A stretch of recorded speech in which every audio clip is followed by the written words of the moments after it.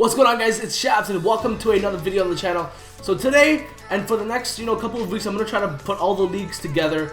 But today we're going to be doing the BPL, aka the Premier League Team of the Season predictions. So Team of the Season is around the corner, guys. It's coming out in May, so I'm very excited for that. Yeah, this is my predictions for the Team of the Season, guys. So what I'm going to be doing is showing you guys the player's most recent special card, so the highest rated player overall of the player right now, and then showing you what his potential Team of the Season could be. And I'm going to explain to you guys why I think these players are going to be in the Team of the Season. Let's get to it, boys.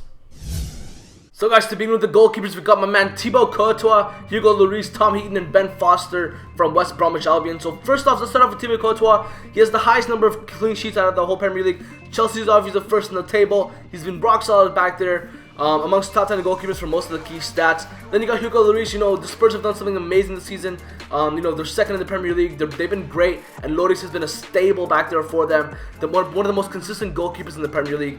Then you got Tom Heaton, who's been a very, very bright spot in the Premier League this season. Heaton is first in the entire Premier League in total number of saves, and he's actually 8th in the Premier League with clean sheets. On a team like Burnley, that's very, very impressive. Last but certainly not least, we got my man Ben Foster. Certainly a wild card to get into the Team of the Season. But if it's not a popularity vote and they're actually going to vote properly, I think Ben Foster deserves it. He's second in total saves in the Premier League as well. And he's just been an absolute beast, man. He's the reason why West Bromwich Albion are not in relegation right now. He's just been an absolute tank back there. And I think one of the wild cards that definitely deserves to be a part of the Team of the Season. And wow, the goalkeeper's looking good. The hair's off it, I understand, but very good Team of the Season indeed. Okay, boys, moving on to the wingbacks. Now, we got my man Seamus Coleman, who in my opinion has been one of the best wingbacks in the entire world. Shame that he got that ugly injury where he broke his leg in Ireland's international game. But anyways, Coleman, one of the best players in the Premier League this season, obviously deserves the Team of the Season. I think he's going to be there no matter what, without a doubt. Big reason why everything is top 6 right now is Seamus Coleman. Next up, you got James Milner, or as Liverpool fans like to call him, James Milner. He's been an absolute rock solid tank back there for set pieces, passes, tackles. He's been an absolute beast. You got Marcos Alonso, one of the bright spots for Chelsea that bloomed out of nowhere. He's been an absolute tank, the Spanish has. Great tackler, great in the final third for Chelsea as well in the build-up play. He's just been an all-around beast, high work rate kind of wing, box-to-box midfielder, wing-back. Then you got Danny Rose. Obviously, Spurs have been great this season, and a lot of the credit has to go to Rose and Walker. It was just toy calls between Rose and Walker in the situation, and I went with Danny Rose. He's been one of the best wing-backs in the entire BPL. Now we're moving on to the key defenders. You got Toby Alderweireld, David Luiz, Laurent Koscielny, and Virgil van Dijk. Starting off with Alderweireld, obviously the Spurs have been tremendous, and he has been a key backstone there with Jan Vertonghen in the back. They have had one of the highest number of clearances in the entire Premier League, that duo.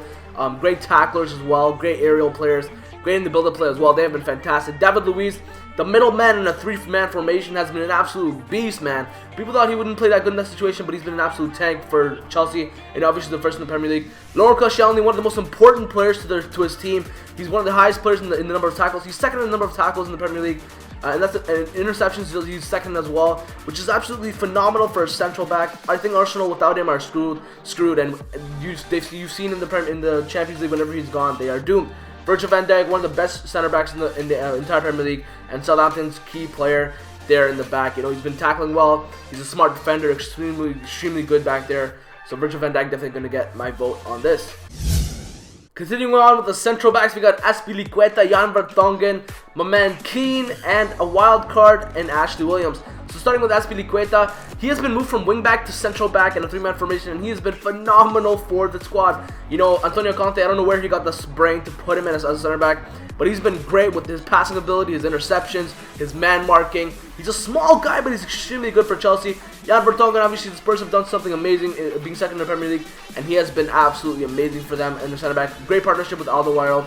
Keane, a stat sheet stuffer, as NBA players like to call their players. Keane has been amongst the top center backs in almost every defending category, and honestly, alongside Heaton, one of the bright spots in Burnley. And Ashley Williams, everything has been top 6 for a reason, and I think their defending with Williams has been very, very key for them. They literally would not be where they are right now without Ashley Williams. He's been really good for them, a solid, down-to-earth, mellow player that has been very solid in the back for them, and just kind of chill back. Hey, we're in the midfield, and you got my man N'Golo Kante, Idrissa Gueye, Dembele, and Ander Herrera. So starting with Kante, what needs to be said? He was in Leicester, he won them a title. He's in Chelsea, he's winning a title. and he's just a midfielder that plays like 10 midfielders at once. Idrissa Gueye, first in interceptions out of all midfielders and defenders in the entire Premier League.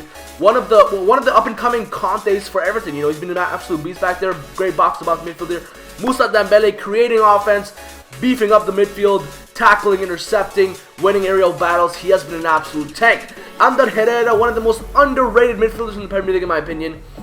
He's in the top stat sheet stuffers for interceptions, tackles, breaking up the play, and creating offense. Ander Herrera deserves a lot more love than he's getting, man. Coming from Man United fan, I've watched most of the games, and Herrera has been better than Pogba for almost all the games. Just putting it out there, man. Ander Herrera deserves a spot in the team this season, man. If he doesn't get one, I don't know what will happen, but he's criminally underrated. Hey, we're now moving on to my boy Eden Hazard. You got Sadio Mane, Adam Lallana, and Jordan Henderson. So Hazard, what needs to be said, he's been one of the most prolific finishers and most deadly threats in terms of offensive ability and as midfielders come. He's a Ronaldo of the Premier League, in my opinion. He's extremely strong as well, smart player. What more needs to be said? Sadio Mane, one of the best players for Liverpool this season. He's arguably been their MVP. Adam Lallana, a huge step in the right direction for him. He's turned himself into a box-to-box midfielder instead of a creative attacker, and Jurgen Klopp has to have a lot of props for that. And then the main man, Jordan Henderson. You know, Lallana and Henderson have been two of the main key components of Liverpool's success. Henderson, one of the most underrated players for his team. You know, in terms of how valuable a player is to their team, Henderson covers a lot of miles. He intercepts, passes the ball well, tackles. He's honestly I'm gonna say the glue that puts Liverpool together, and honestly a great substitution for Steven Gerrard. Not as skilled, obviously, but still a very good player and a team of the season worthy candidate. Okay, now we're near the more attacking-minded midfielders. So you got Kevin De Bruyne, you got my man Eriksen, Dele Alli, and Sigurdsson. You know, be mindful of the striker position. I'm sorry for the Sigurdsson, I messed up. I should have made a cam. But De Bruyne, one of the best playmakers in the entire Premier League. One of the reasons why Manchester City's offense is good when it's good. He just makes the play fluid, great passer, great finisher as well. Eriksen, what more needs to be said? He's been one of the best offensive-minded midfielders in the entire Premier League. Creating offense for his team, banging in goals left and right, making our players around him better. What more needs to be said? Dele Alli, a wonder kid that has been fulfilling his potential. He's got a Player of the Month card. He's been one of the most important players for Spurs this season. He covers a lot of the pitch. He's actually physical, great in the air, and really a great compliment to Eriksen, Harry Kane, and Heung-min Son. Sigurdsson, one of the most important players for Swansea City, man. He's been great offensively, creating offense left, right, and center, getting his strikers involved, getting Llorente some nice crosses, set pieces. Sigurdsson, in my opinion, one of the players that deserves the team this season for a bad team like Swansea City. Let's move on now. Okay, now for the last batch of the midfielders, you know, you're gonna see Victor Wanyama. That means almost every single Spurs player has been in my team of the season, and I'll explain. Pogba, Coutinho, and Antonio. So Mikel Antonio, let's start off with him. One of the only bright spots for West Ham this season, I would say him and Lanzini. Payet has been a disappointment, obviously, by leaving. But Antonio, you know, he played wingback. He's a great defender, great physicality. He's always working like a dog on a bone. Pogba, you know, if you put away his money and his status, he is in the top 5 for almost all midfielder stats in the Premier League. He's still playing like an absolute beast and still an important key player for Man United. Philippe Coutinho, obviously Liverpool's been great, and he's been an offensive maestro for them in the midfield. Victor Wanyama, you know, okay, the Spurs have been playing great, and Wanyama, I think he deserves more credit. I think he deserves a lot of credit for breaking up plays, being great in the midfield, and being that tank, that animal that breaks up the play and lets the guys like Ali, Eriksen, and Kane play free. I think he deserves the season, man. I really do, and I do think he deserves the Okay, the main men in the attack, Zlatan Ibrahimovic, Alexis Sanchez, Romelu Lukaku, and Jermaine Defoe. So Zlatan, he's amongst the top 5 in goals scored in the Premier League. He's number 1 in shots on target.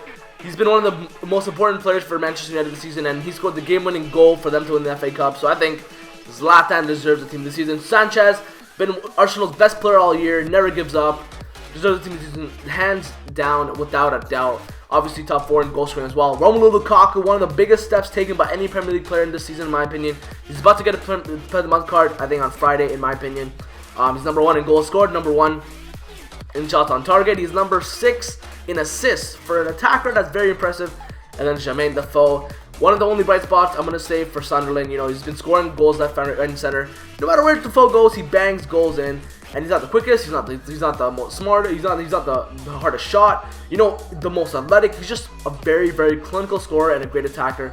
So props to Jermaine Defoe for keeping his form, and he definitely deserves a team of the season. Last but certainly not least, we got Harry Kane, Diego Costa, Sergio Aguero, and Joshua King. So a little bit different in terms of the choices I've made. So Harry Kane, without a doubt, I think Spurs is one of the Spurs' best players. He's one of the top players in goal scoring, obviously one of the most important players to his team. I think he has like 2 or 3 hat-tricks this year. Absolute clinical finisher. Diego Costa, same thing for Chelsea. Sometimes inconsistent, but he's been banging goals in left and right, and he's been he's been an engine, and he's been a big part of their wins whenever he's scored. And he's obviously one of the best parts of the team, brightest parts of the team. Sergio Aguero, I think he deserves more love, man. He's been injured. He's had an inconsistent season at the beginning, but he's picked it up, and he's been a great attacker, and he's still one of the best scorers in the Premier League, in my opinion. He deserves it more than other players. Joshua King, he's been making a name for himself recently, man. He's been getting up there in terms of goals scored, assists, touches, aerial battles won. He's been getting up there, and I think Joshua King, if he can start scoring goals, if he can score goals more towards the end of the season as well, I think he's guaranteed a team of the season card, and I think it would be an amazing card. Look at those stats: 98 pace, 87 shooting, 79 physical, Norwegian beast.